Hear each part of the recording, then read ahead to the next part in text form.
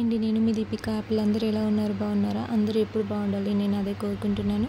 ముందుగా నా YouTube friends, family members ప్రతి ఒక్కరికైతే నాగపంచమి శుభాకాంక్షలు.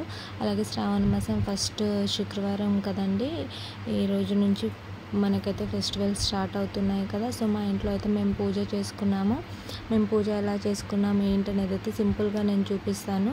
యాపిల్ ఏం చేస్తున్నాడో ఇప్పుడు అయితే మీకు చూపిస్తాను చూడండి. యాపిల్ ఏం చేస్తున్నాడో ఒకసారి మీరు కూడా అందరూ చూసేసేయండి. పూజ అయిపోయిన తర్వాత కొట్టాలి కొబ్బరికాయ.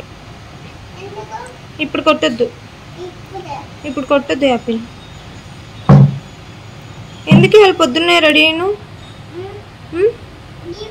చూడటు ఆపిల్ మాట్లాడు. హాయ్ చెప్పు, హాయ్ చెప్పు.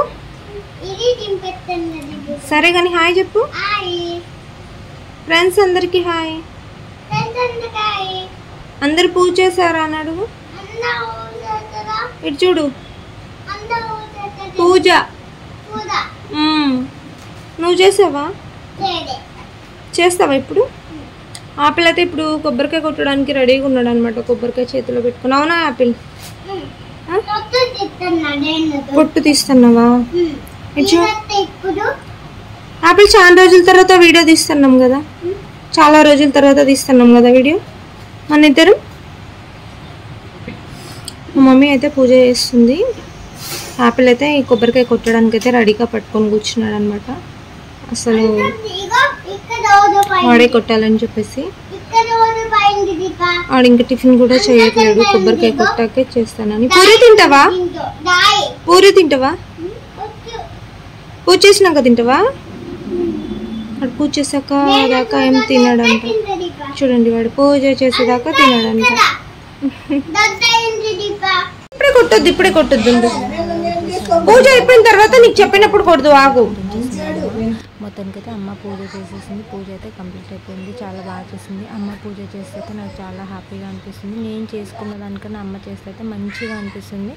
ఎలా అంటే ఇంకా అమ్మవారే ఇంట్లో వచ్చి ఉందా, కూర్చున్నారా అన్నట్టుగా అనిపిస్తుంది. చూడండి, అమ్మ పూజ చేస్తే అమ్మవారికి అలా మల్లెపూలు వేసి ఇంకా బాగుంది. అమ్మవారికి మల్లెపూలు అంటే చాలా ఇష్టం కదా, మల్లెపూలు వేస్తే అయితే ఇంకా బాగా అనిపిస్తుంది.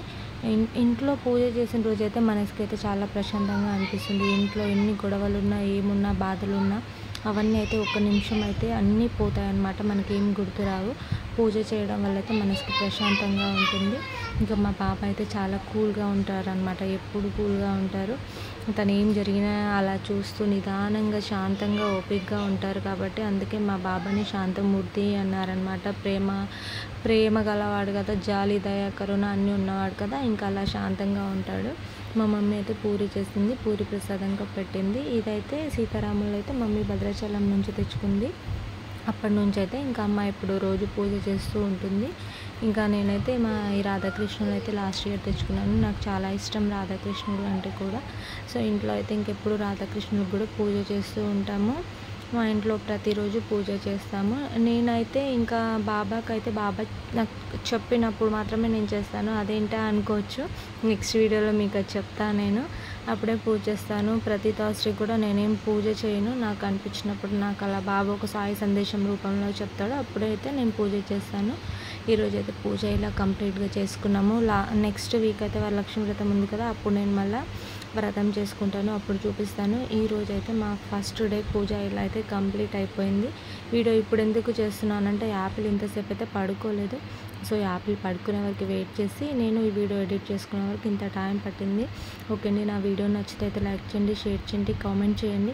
అలాగే నా ఛానల్ని కొత్తగా చూసిన వాళ్ళు ఉంటే ప్లీజ్ సబ్స్క్రైబ్ చేసుకోండి, అలాగే సపోర్ట్ చేయండి. ఇంకా మీకు నచ్చిన వీడియోస్ ఏమైనా ఉంటే కామెంట్ చేయండి. అలాగే నేను వీడియోస్ కూడా మీకు నచ్చినవి చేస్తాను, నేను కూడా మిమ్మల్ని సపోర్ట్ చేస్తాను. థ్యాంక్ యూ అండి, బాయ్.